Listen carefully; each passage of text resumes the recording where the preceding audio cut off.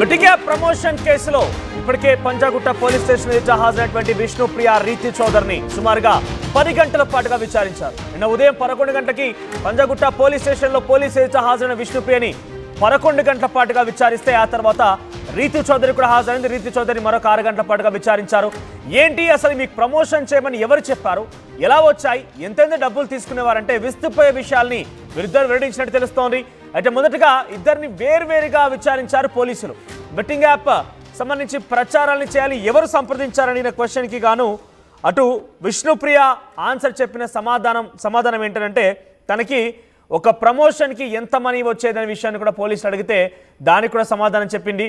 ప్రచారానికి social media apps వినియోగించారా, ఏం జరిగింది అని పోలీసులు అడిగితే వీటన్నిటికీ సమాధానం ఒకటే, ₹1,00,000 ఒక్కో వీడియోకి కానీ తీసుకుంటాను, అగ్రిమెంట్ పైన దానిపైన సైన్ చేయాల్సి ఉంటుంది. ఆ తర్వాత నేను ఇప్పటివరకు 15 యాప్స్ ప్రమోట్ చేశాను అని చెప్పి అంటే తను చెప్పిన మాట ప్రకారంగా కేవలం 3 యాప్స్ మాత్రమే ప్రమోట్ చేశానని చెప్తోంది. కేవలం 3 అప్లికేషన్లు మాత్రమే నేను ప్రమోట్ చేశానని చెప్తే పోలీసులు మరి మా దగ్గర ఏంటి 15 యాప్స్ సంబంధించి సమాచారం ఉందంటే ఆ విషయం నాకు తెలీదు, నా మేనేజర్ చూసుకునేవాడు, నా మేనేజర్ చెప్పింది నేను చేసేదాన్ని అని చెప్పి ఆయన చెప్తున్నారట. ఒక్కో వీడియోకి ₹1,00,000 ఛార్జ్ చేసేదట. అదే ప్రమోషన్కి ఒప్పందం ఎప్పుడు ఎలా జరిగిందనే క్వశ్చన్ కూడా పోలీసు అడిగారు ఆవిడ నుంచి. దానికి కూడా ఆవిడ కొంత తడబాటు పడుతూనే సమాధానం చెప్పారు. వీటన్నిటికీ సమాధానం రాబట్టాలంటే తన మేనేజర్ని అడిగి చెప్తానంటూ కూడా తన సమాధానం చెప్పినట్టు తెలుస్తుంది. ఆ తర్వాత రీతి చౌదరి కూడా అక్కడ చేరుకున్నారు. రీతి చౌదరిని కూడా ఇదే ప్రశ్నలు సంధించగా ఆవిడ నాకు విష్ణుప్రియనే ఇంట్రడ్యూస్ చేసింది అప్లికేషన్ని ప్రమోషన్ చేయాలనే విషయం పైన, విష్ణుప్రియ చెప్తేనే నేను చేశానని చెప్పి కూడా రీతి చౌదరి చెప్పిందారు. తనకు కొన్ని విషయాలు గుర్తులేదు, మేనేజర్ చెప్పాడంటూ విష్ణుప్రియ సమాధానం చెప్తే విష్ణుప్రియ చెప్పడం వల్లే నేను చేశాను అని చెప్పి ఇటు రీతి చౌదరి చెప్తుందట. ఏదేమైనా కూడా ఇద్దరు బ్యాంకు లావాదేవీల వివరాలు కూడా బెట్టింగ్ ప్రమోషన్ ద్వారా ఎంత మనీ వచ్చింది ఏంటనే విషయాలను కూడా పోలీసులు అడిగి తెలుసుకున్నారు. తాజాగా పంజాగుట్ట పోలీస్ స్టేషన్లోనే కాదు మియాపూర్ పోలీస్ స్టేషన్లో కూడా వీరిద్దరిపైన కేసు నమోదైన విషయం తెలిసిందే. నిన్న పంజాగుట్ట పోలీసులు మళ్ళీ వారికి 41A CRPC నోటీసులు సర్వ్ చేసి మళ్ళీ పిలిచినప్పుడు రావాలి అని చెప్పి రీతు చౌదరిని విష్ణుప్రియ ఇద్దరిని కూడా అడిగినట్టు తెలుస్తోంది. సో రీతు చౌదరి విష్ణుప్రియ ఇద్దరు కూడా పంజాగుట్ట పోలీసు అయితే హాజరైపోయి తమకు సంబంధించి బెట్టింగ్ యాప్ ప్రమోషన్ల విషయాలపైన క్లారిటీ ఇచ్చే ప్రయత్నం చేశారు. కొన్ని సమాధానాలపైన పోలీసులు అసంతృప్తి వ్యక్తం చేస్తున్నారు, పోలీసులు ఆగ్రహం వ్యక్తం చేస్తున్నారు. మీరు ప్రమోషన్ చేసిన యాప్ల సంఖ్య ఎంతనంటే విష్ణుప్రియ కేవలం 3 అని చెప్పిందట. కానీ తాను ప్రమోషన్ చేసినటువంటి యాప్ల సంఖ్య పక్కాగా పోలీసుల దగ్గర సమాచారం మేరకు 15 యాప్స్ ప్రమోట్ చేసింది. కేవలం ఆ 15 యాప్స్లో ఉదాహరణకి మీకు ₹1,00,000 అంటే అనుమానం కలగవచ్చు. ఒక వీడియోకి ₹1,00,000 అంటే ఇన్స్టాగ్రామ్లో ఆ వీడియో పోస్ట్ చేస్తే 1,00,000, యూట్యూబ్లో ఆ వీడియోని పోస్ట్ చేస్తే ₹1,00,000, తన సోషల్ మీడియా ఖాతా ఇంకేదైనా కనుక ఉంటే అక్కడ పోస్ట్ చేస్తే ₹1,00,000. ఇలా ఎన్ని వీడియోస్కి ఆ లింక్స్ని ఆ ప్రమోషన్ వీడియోని లింక్ చేసి పెడితే అన్ని ₹1,00,000. అంటే వీళ్ళు సోషల్ మీడియాలో 15 యాప్స్ విష్ణుప్రియ ప్రమోట్ చేసింది.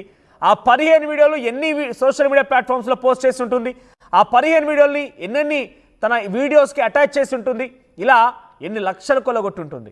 సో రీతు చౌదరి కూడా అదే రకంగా కూడా ప్రమోట్ చేసింది. మరి వీటన్నిటి విషయాలపైన ఇంకా బ్యాంక్ లావాదేవీలపైన కూడా పోలీసులు విచారణ చేపట్టి వాటిని కూడా పూర్తిగా క్షుణ్ణంగా పరిశీలించే అవకాశం ఉంది. 41A CRPC నోటీసులు సర్వ్ చేసి ఎప్పుడు పిలిస్తే అప్పుడు రావాలని చెప్పి ఆవిడ తరపున న్యాయవాది లక్ష్మణ్ చెప్పుకొచ్చారు. ఒకసారి ఏం మాట్లాడారో చూద్దాం.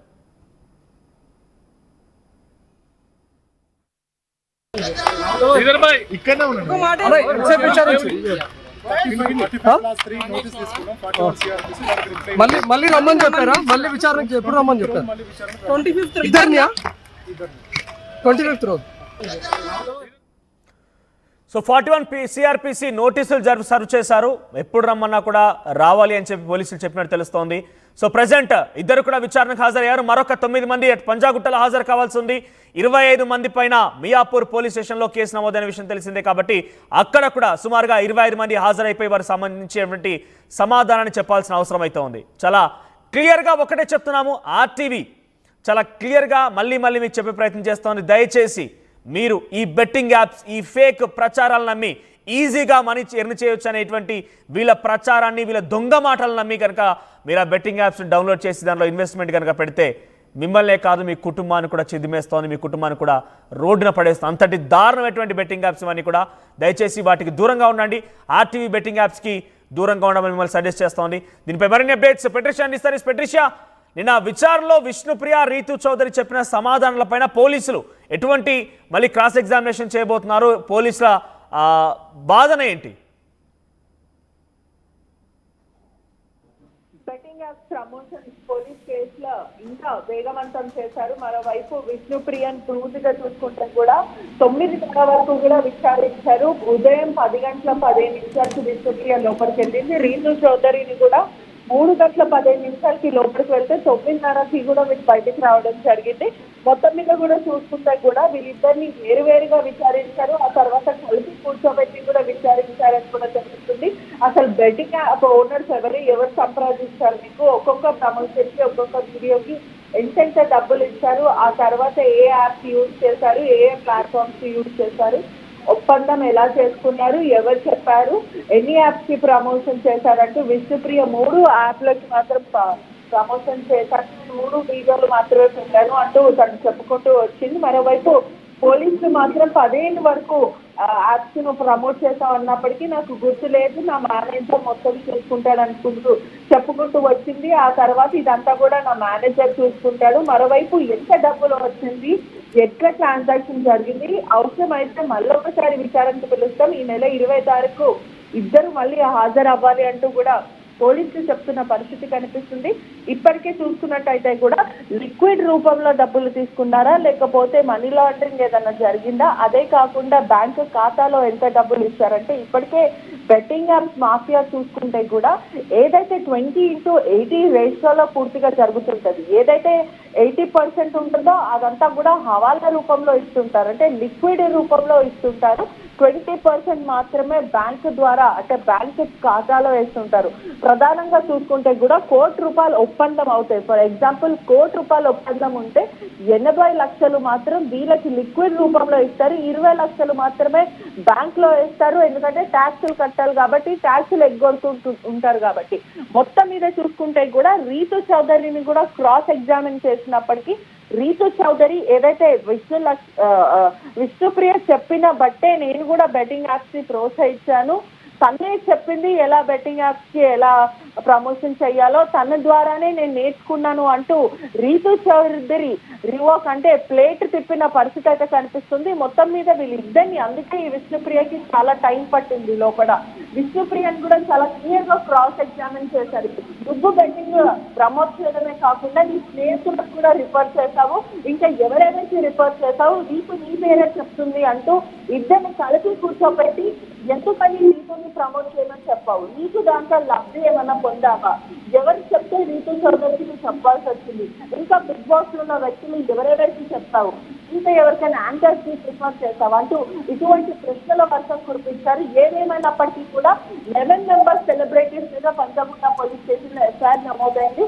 దీంట్లో ప్రధానంగా 4 హాజరయ్యారు, ఇంకా మిగతా మంది హాజరవ్వాల్సిన విషయం ఇవాళ పెట్రిషా ఇప్పటికే ఈ కేసులో ఈడీ కూడా ఎంట్రీ ఇచ్చింది, ఈడీ కూడా సమాచారం తెలుసుకుంటోంది, ఈడీ కూడా వీరి యొక్క బ్యాంక్ లావాదేవీల విషయంలో కానివ్వండి మనీ లాండరింగ్ జరిగిందనే ఒక ఆరోపణ కూడా నేపథ్యంలో వాళ్ళు ఎంట్రీ ఇచ్చారు. సో ఈడీ కూడా నోటీసులు సర్వ్ చేసే అవకాశం ఉందా మళ్ళీ ఏమైనా?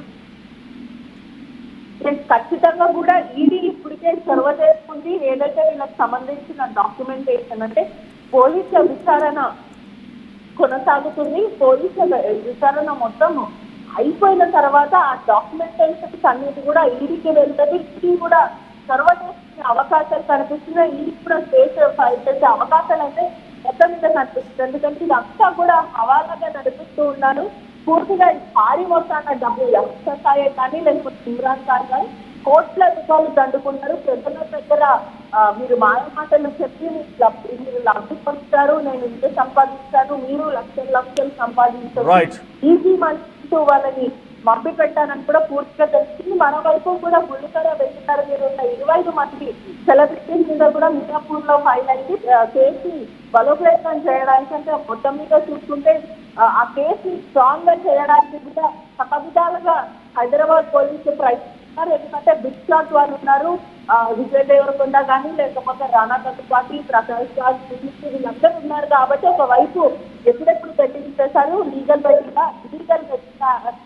మరోవైపు చూస్తుంటే వేరే కంట్రీస్ లో చేసింది ఇక్కడ ప్లే అయిందా, ఎక్కడెక్కడ చేశారనే విధంగా కూడా మొత్తం మీద కూడా పోలీసులు కూపిలాగే ప్రయత్నం చేస్తున్నారు. సింగలాస్తే దొంగ కదులుతూ అందరూ కదులుతున్న పరిస్థితి. రైట్ పెట్రిషా. సో విష్ణుప్రియ రీతి చౌదరిని మరోసారి మనకున్నటువంటి సమాచారం మేరకి 25వ తేదీన మళ్ళీ హాజరు కావాలి అని చెప్పి పంజాగుట్ట పోలీసులు చెప్పినట్టు తెలుస్తోంది. అంటే మరొక 2 రోజుల్లో మళ్ళీ పోలీసులు ఇద్దరిని విచారించబోతున్నారు. అంతవరకు బ్యాంక్ స్టేట్మెంట్స్, అసలు వీళ్ళకి డబ్బులు ఎలా వచ్చాయి, ఎంత మొత్తంలో వచ్చాయి, నాకు తెలిసి పోలీసులు పెద్ద ఎత్తున ఈ బ్యాంకు లావాదేవీలను కూడా పరిశీలించే అవకాశం ఉంది. అవసరమైతే వారి నుంచి తిరిగి ఇంకా అగ్రిమెంట్స్ ఎవరు చేసుకున్నారు, ఎవరెవరికి ప్రమోషన్ ఇచ్చారు, ఈ అగ్రిమెంట్స్ కారణంగా మీకు ఎంత వచ్చింది, ఎవరెవరిని ఇన్ఫ్లుయెన్స్ చేశారు, ఇవన్నీ విషయాలు కూడా ఆరా తీసే అవకాశం ఉంది. సో ఇంకా ప్రజల నుంచి వస్తున్న డిమాండ్ ఏంటంటే అవసరమైతే వీరు ఎంత మొత్తంలో ఇది సంపాదించారో మొత్తాన్ని కూడా జప్తు చేయాలి.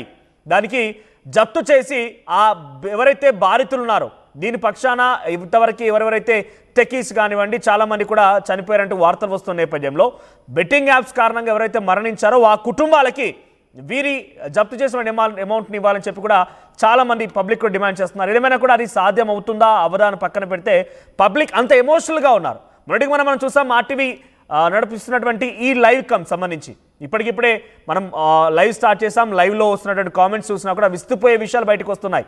చాలామంది పేర్లతో సహా పెడుతున్నారు. నిన్న కంప్లైంట్ ఇచ్చిన వ్యక్తి కూడా తను కంప్లైంట్లో ఏం పొందుపరిచాడు తెలుసా?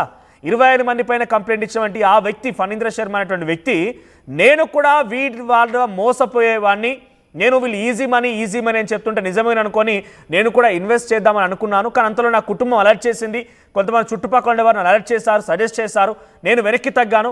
కానీ నాలాగే ఇలా మోసపోయిన వాళ్ళు చాలామంది ఉంటారు కదా, ఈజీగా మనీ ఎర్న్ చేయవచ్చు అని చెప్పి ప్రమోషన్ చేసినటువంటి ఈ వ్యక్తులు చాలా ప్రమాదం సమాజాన్ని మొత్తం కూడా భ్రష్టు పట్టిస్తున్నారు.